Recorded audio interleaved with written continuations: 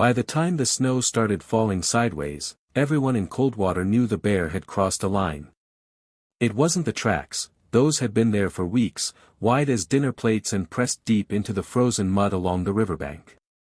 It wasn't even the half-shredded elk carcass found hanging in the cottonwoods like a warning. What broke the town was the sound. The screaming. A human scream, ripped short, echoing once across the valley before the mountains swallowed it whole. Coldwater, Montana, was a place that prided itself on knowing the rules of nature. Bears came down from the high country in spring. Wolves howled in winter. Men carried rifles, locked their doors, and minded their own business. That was how it had always been. Until the resort arrived.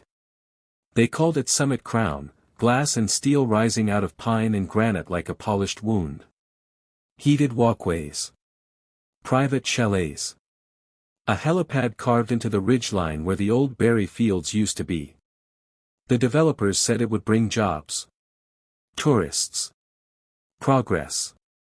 The mountains said nothing. They never did. Jonah Cade arrived 2 days after the scream. He didn't come with sirens or announcements. Just a dented black pickup rolling into town under a sky the color of old bruises. He parked near the sheriff's office, shut off the engine, and sat still for a long moment, watching his breath fog the windshield. Jonah had the look of a man carved down to essentials. Late 40s, maybe older. Beard threaded with gray. Eyes pale and flat, like winter lakes that never quite thawed. He wore the same thing every season, canvas coat, cracked leather boots, gloves stained darker at the knuckles. People who knew the woods knew that look. It was the look of someone who didn't expect to come back the same way he left. Sheriff Ellen Mora met him at the door. "You the tracker?" she asked. Jonah nodded once. She handed him a manila folder. "You've been hired by the resort. Privately. They want the bear removed."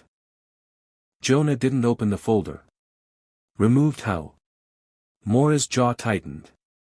"Dead." The word hung between them, heavier than it should have been. Inside the folder were photos.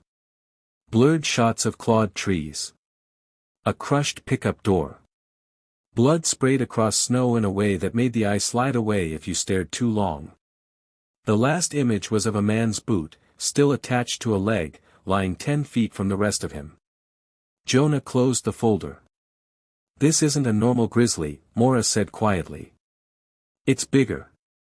Smarter. It doesn't scare." Jonah finally looked at her. "They never do." That night, the wind carried the bear's presence through town like a sickness. Dogs whimpered. Horses kicked their stalls bloody. People dreamed of weight pressing down on their chests, of hot breath and the smell of rot and pine sap. Jonah walked the edge of Coldwater after dark, following instinct more than tracks. The forest felt wrong. Too quiet. No owls. No mice rustling beneath the snow. Even the trees seemed to lean away from something unseen. Near the river, he found the prints. They were enormous, deeper than they should have been, the claws scoring stone. Jonah crouched, gloved fingers hovering just above the frozen impression. The bear wasn't just passing through. It was circling. Learning. He stood slowly, a familiar unease tightening his spine. This wasn't hunger. Hunger was quick.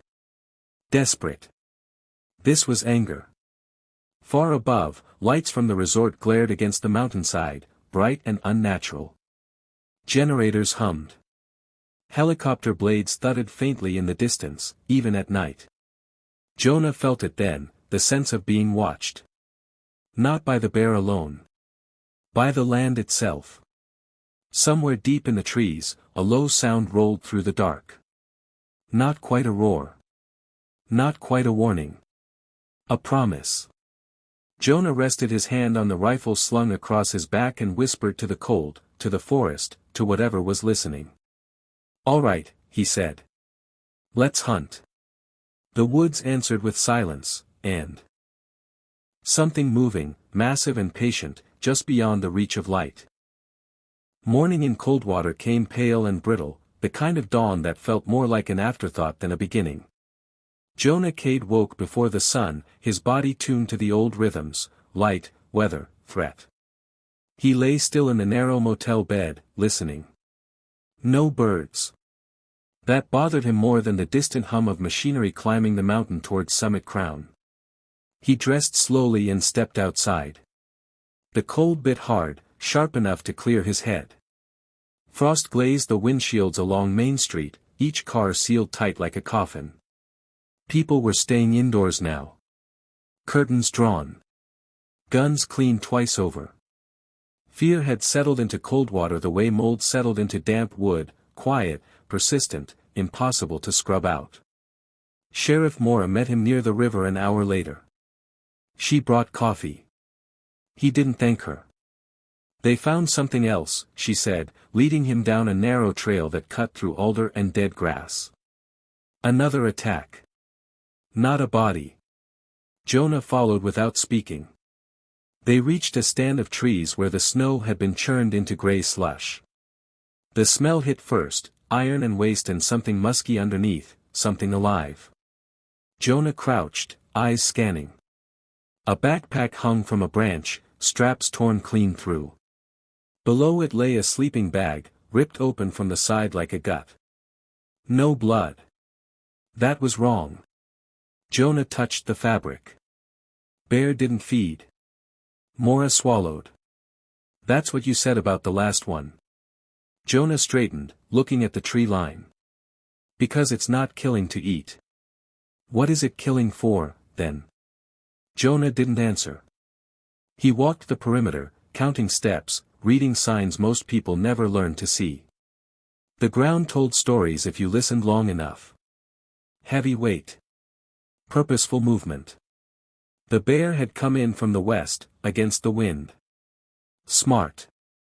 It had stood on its hind legs here. Jonah could see where bark had been scraped away, high and deep. This bear knows the land, Jonah said. Better than we do. Mora's voice dropped.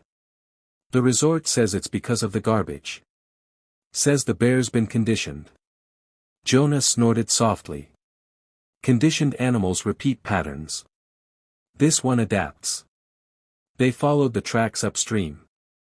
As they moved farther from town, the forest began to feel crowded. Not with life, but with memory. Old-growth trees loomed overhead, their trunks scarred with decades of claw marks, territorial signs layered over one another like graffiti. Jonah stopped suddenly. What? Mora asked. He pointed.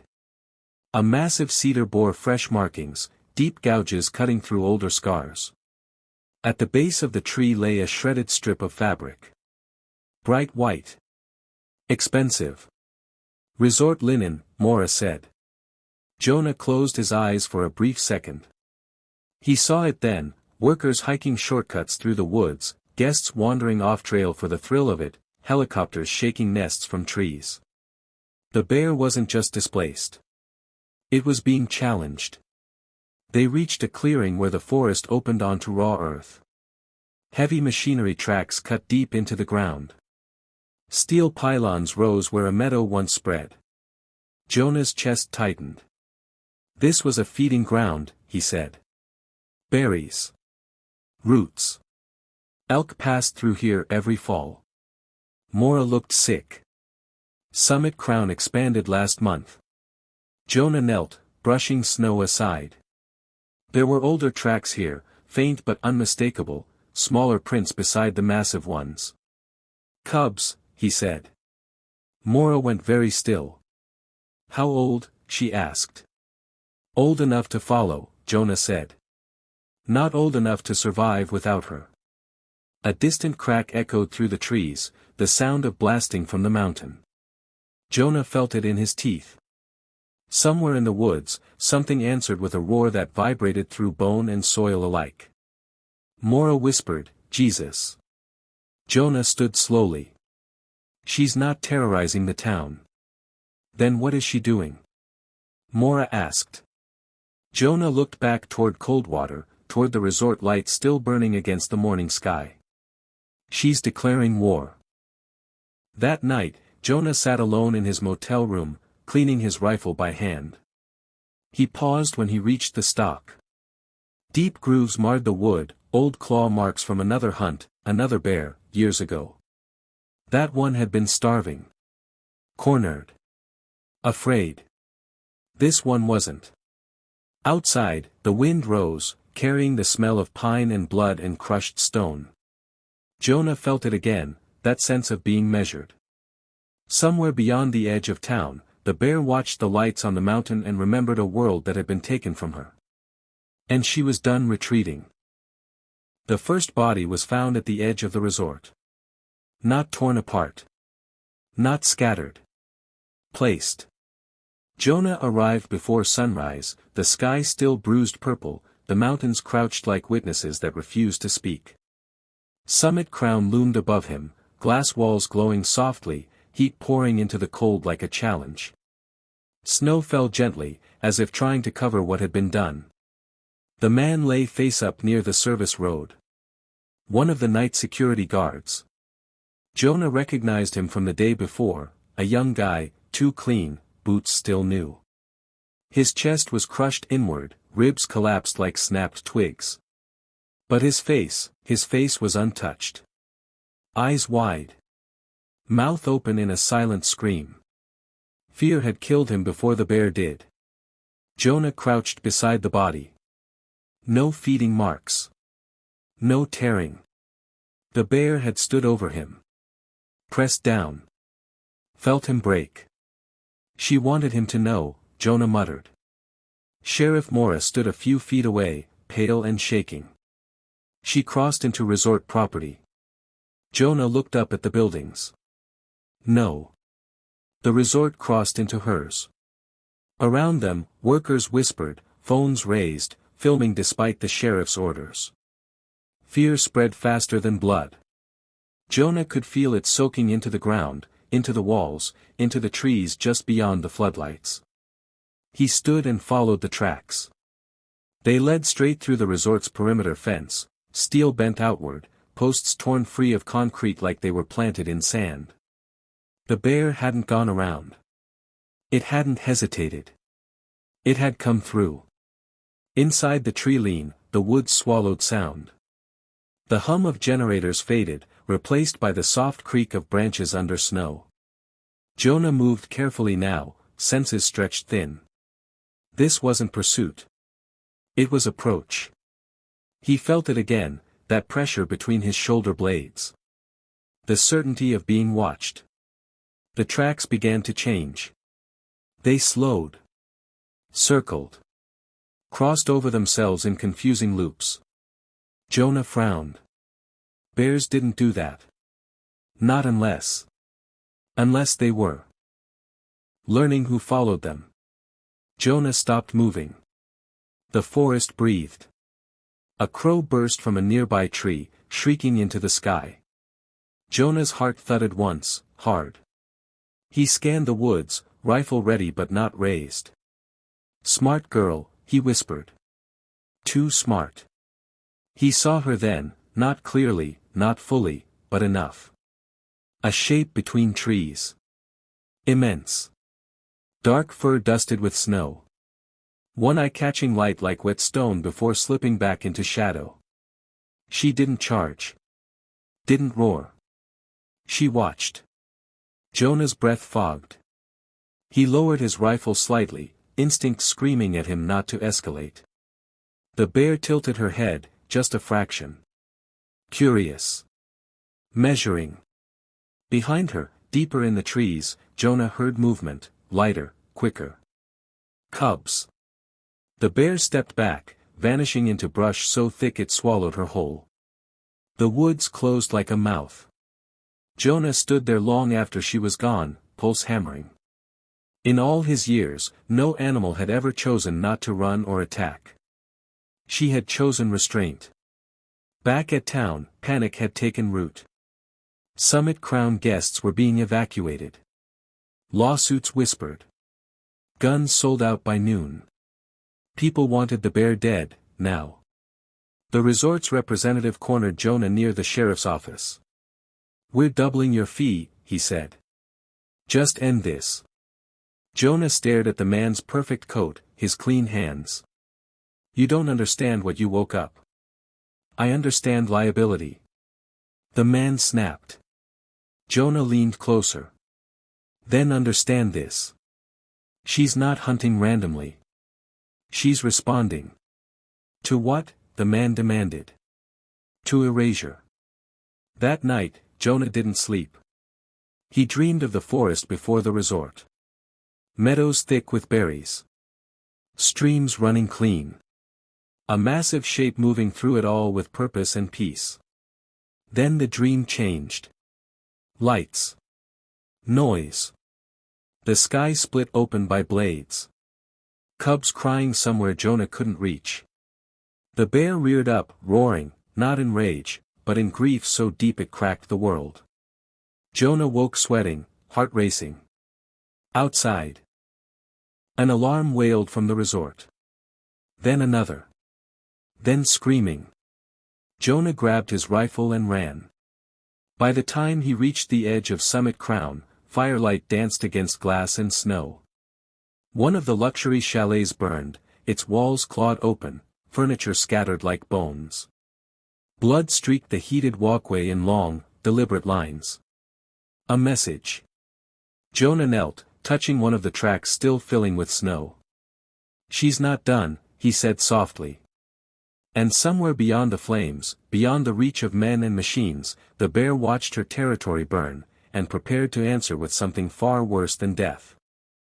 The mountains screamed that night. Not with sound would have been easier, but with vibration. The kind that crawled through bone and made men feel small again.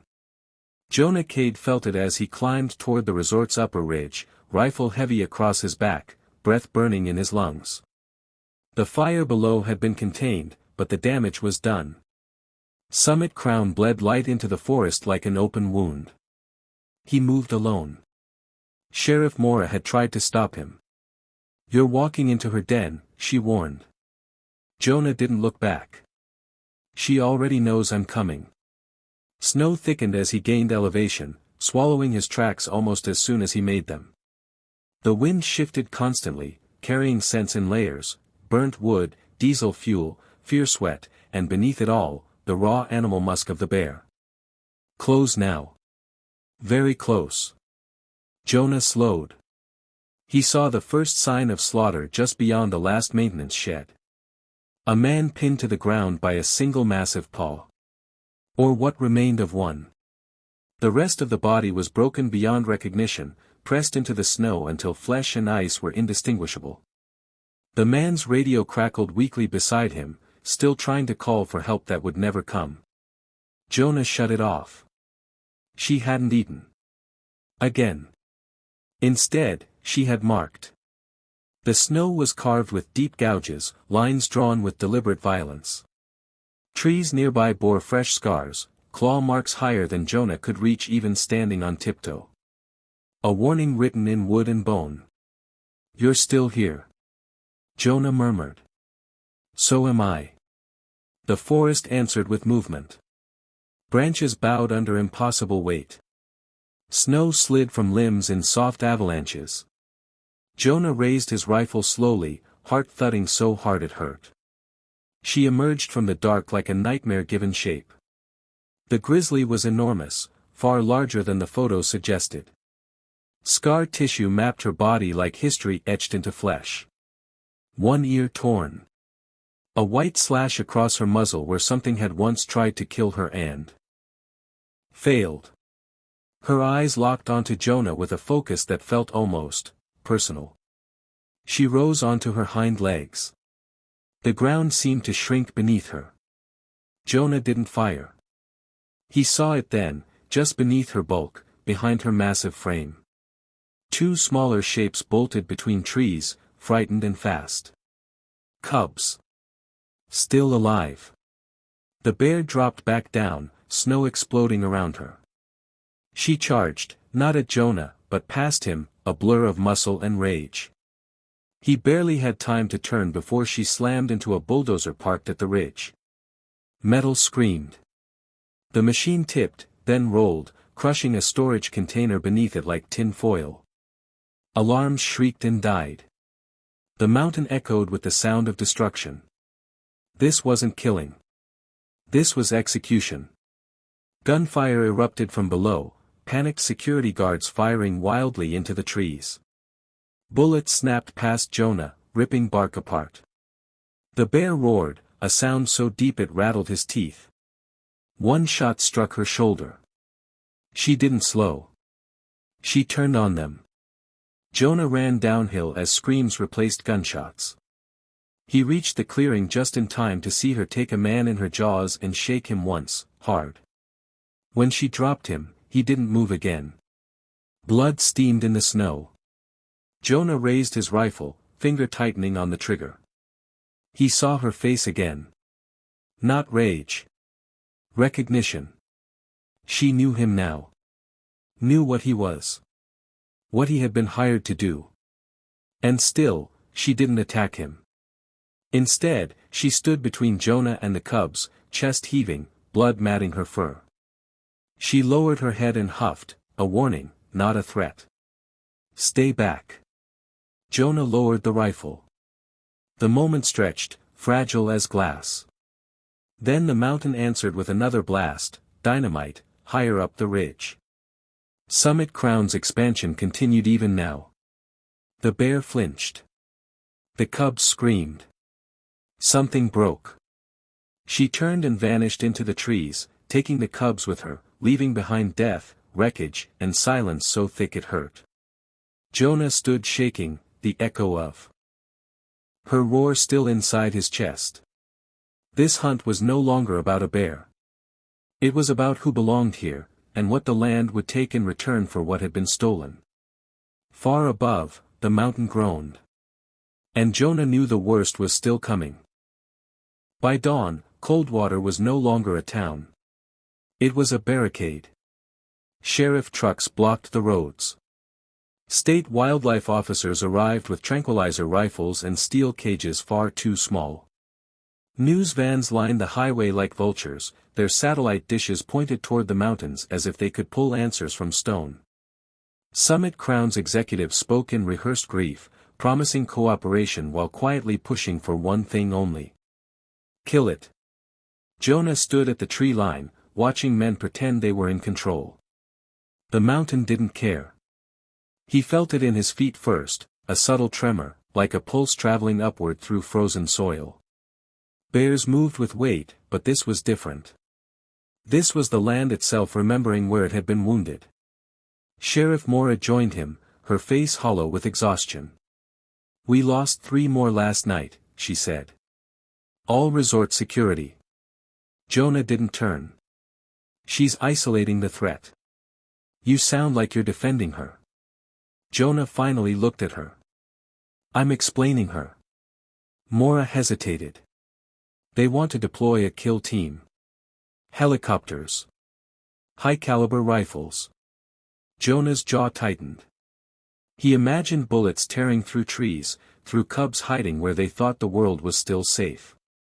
That won't end this. It will stop the deaths. She snapped. Jonah shook his head slowly. No. It'll just change who's dying.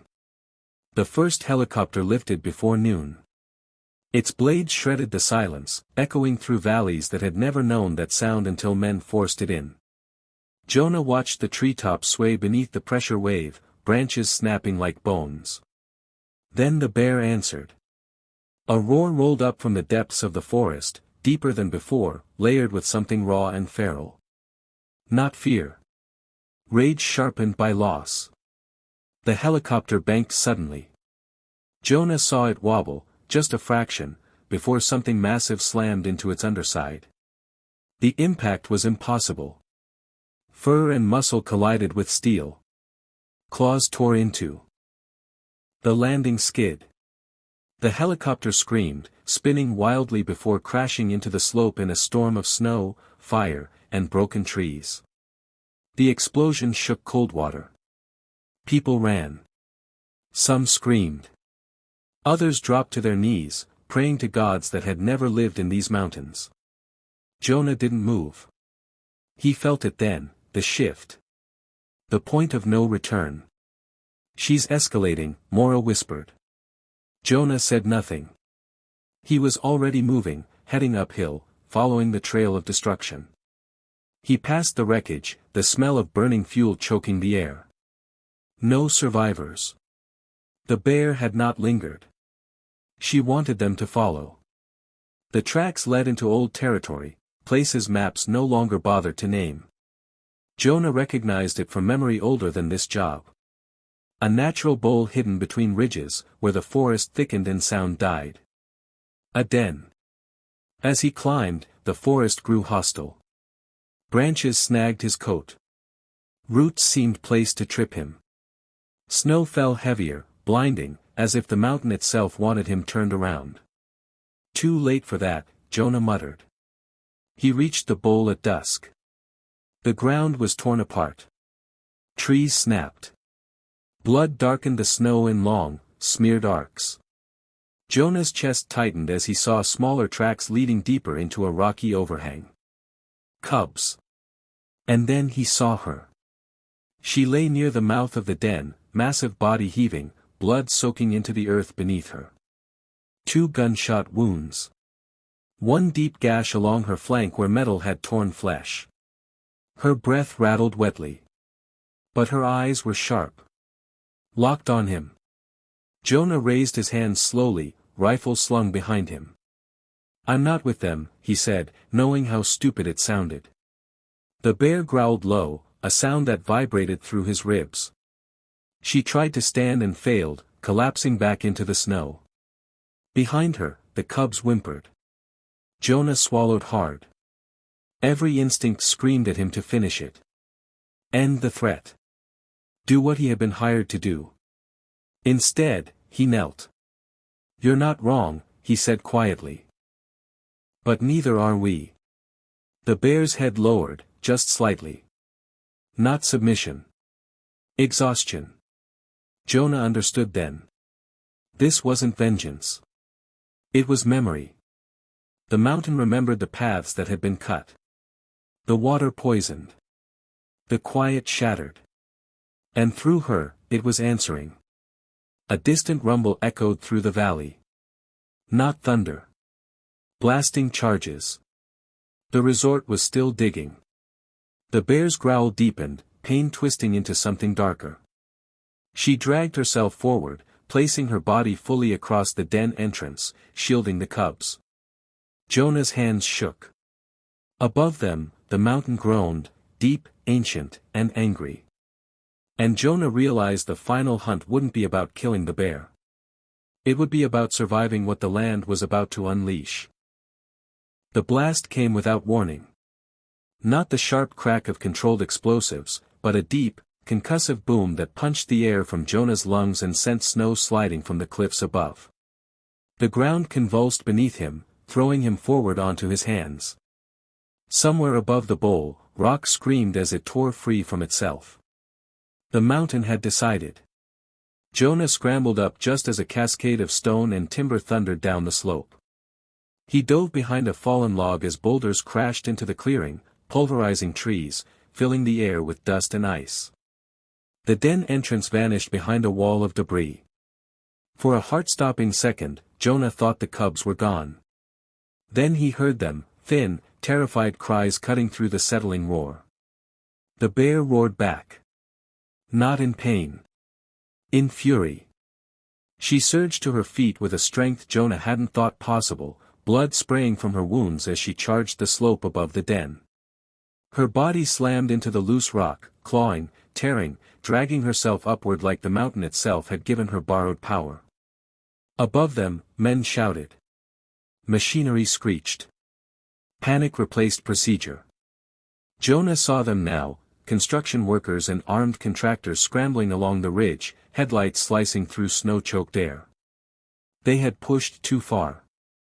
Dug too deep. The bear hit them like an avalanche with teeth. She came out of the dust and snow in a blur of black and white, knocking one man clear off the ridge. Another vanished beneath her weight. Guns fired wildly, bullets sparking off stone, ripping into trees, into nothing that mattered. Jonah ran toward the chaos, yelling for them to stop, but his voice was swallowed whole. A second explosion ripped through the ridge. This one broke something ancient. The mountain answered with a sound like the earth tearing its own throat open. The slope collapsed. An entire section of the ridge gave way, dumping rock, steel, and men into the bowl below.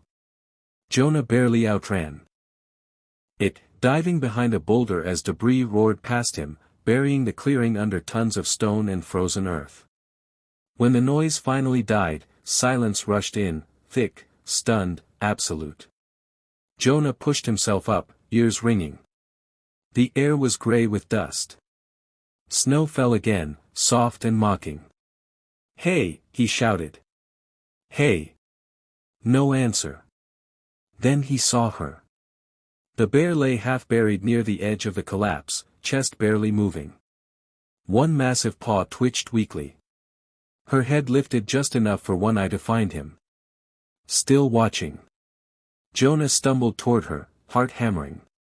He knelt beside her, hands slick with blood and melting snow. Up close, she seemed impossibly old. Ancient. Like something the land itself had shaped and sharpened over centuries. Her breath came slow. Shallow. Behind them, the den entrance was gone, sealed by rock and earth. The cubs' cries were muffled now, trapped beneath stone. Jonah's chest constricted. "No," he whispered. "No, no, no." The bear tried to rise again. Failed. Her head dropped back into the snow with a dull thud.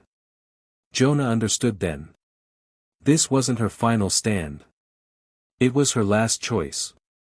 He grabbed his shovel from his pack and began digging at the edge of the collapse, hands blistering, lungs burning. Rock cut his palms. Snow filled his boots. He didn't stop. Minutes passed. Or hours. Finally, movement. A small paw broke through the rubble. Then a terrified face, streaked with dirt and blood. Jonah cleared the opening wider, coaxing the cub free. Then the second. Both were alive. Barely. Jonah pulled them close, shielding them with his body as another rumble echoed through the mountain. Not another collapse, something deeper. Something settling.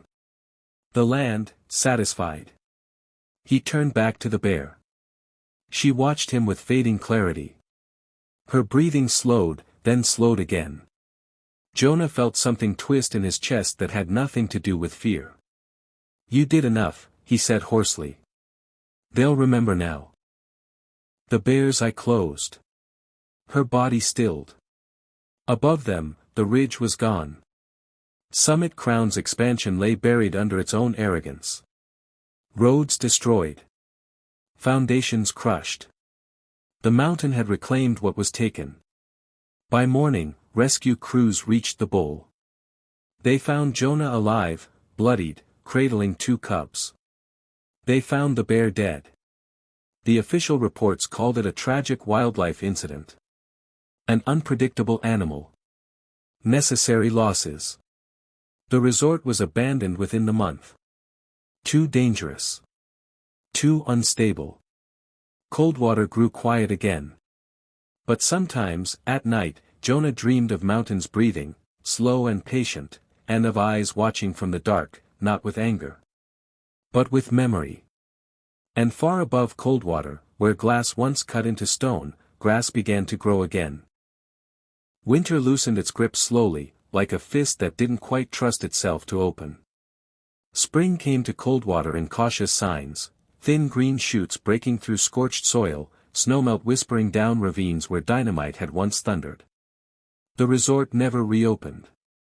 Summit Crown's skeletal remains were dismantled piece by piece, its name scrubbed from brochures and lawsuits alike. Officially, it was an engineering failure. An unstable mountain. Unofficially, people said the land had rejected it. Jonah Cade stayed long enough to make sure the cubs survived. They were kept in a secured wildlife enclosure several valleys away, far from roads and men with ideas. Jonah visited when he could, watching from a distance as they grew, leaner, stronger, learning the shape of the world without glass walls or roaring machines. They wrestled, climbed, tested their teeth on bark. They remembered more than people liked to admit. So did he. At night, Jonah dreamed of claws scraping stone. Of weight pressing down on his chest, not crushing, just reminding. He dreamed of eyes watching him from the tree line, not accusing. Waiting. The sheriff visited him once, near the end. "They're saying you saved lives," Mora said, standing beside his truck as the sun dipped behind the ridge. "That if you hadn't been there, it would have been worse." Jonah shook his head. It was already worse. She hesitated. "Do you regret it? Not taking the shot?" Jonah looked toward the mountains, where the ridge still bore the scar of collapse. Grass grew there now, thin but stubborn. "No," he said. "I regret thinking it was ever my place to decide." Mora studied him, then nodded once. She didn't argue. Some things didn't belong in reports. Jonah left Coldwater the next morning. He drove until the road thinned to gravel, then dirt, then nothing at all. He stopped where the trees grew thick and the air felt right. No signs. No fences. Just land that didn't ask permission to exist. He left the rifle behind. Months passed.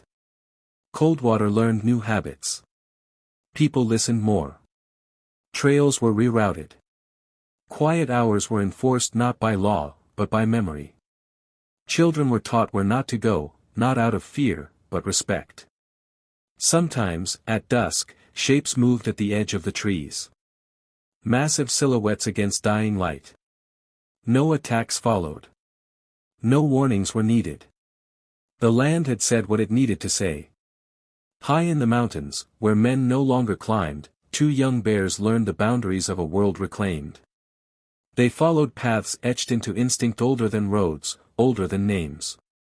They learned where berries bloomed, where elk passed, where the ground felt warm even in winter. They learned where not to go. And sometimes, when the wind shifted just right, they caught a scent that made them pause. Oil. Leather. Something human, familiar but distant. They never followed it. Far away, Jonah lived simply. He took work that didn't ask him to dominate, guiding lost hikers, tracking injured animals to ease their passing. He stopped dreaming of teeth and blood. Started dreaming of silence. But he never forgot. He knew now that the hunt had never been about predator and prey. It was about imbalance. About what happens when men mistake quiet for emptiness, and wilderness for something waiting to be owned. The mountain remembered everything. It remembered the cubs crying beneath stone. The bear standing wounded but unyielding. The men who pushed too far. The one who knelt instead of firing. And it would remember again. Because the land is patient. It does not rage without reason. It does not forget trespasses. It simply waits, until someone crosses the line and reminds it why teeth, claws, and collapse exist at all. Long after names fade and resorts rot, the mountains will still be there. Watching. Waiting. And hunting, not with malice, but with memory.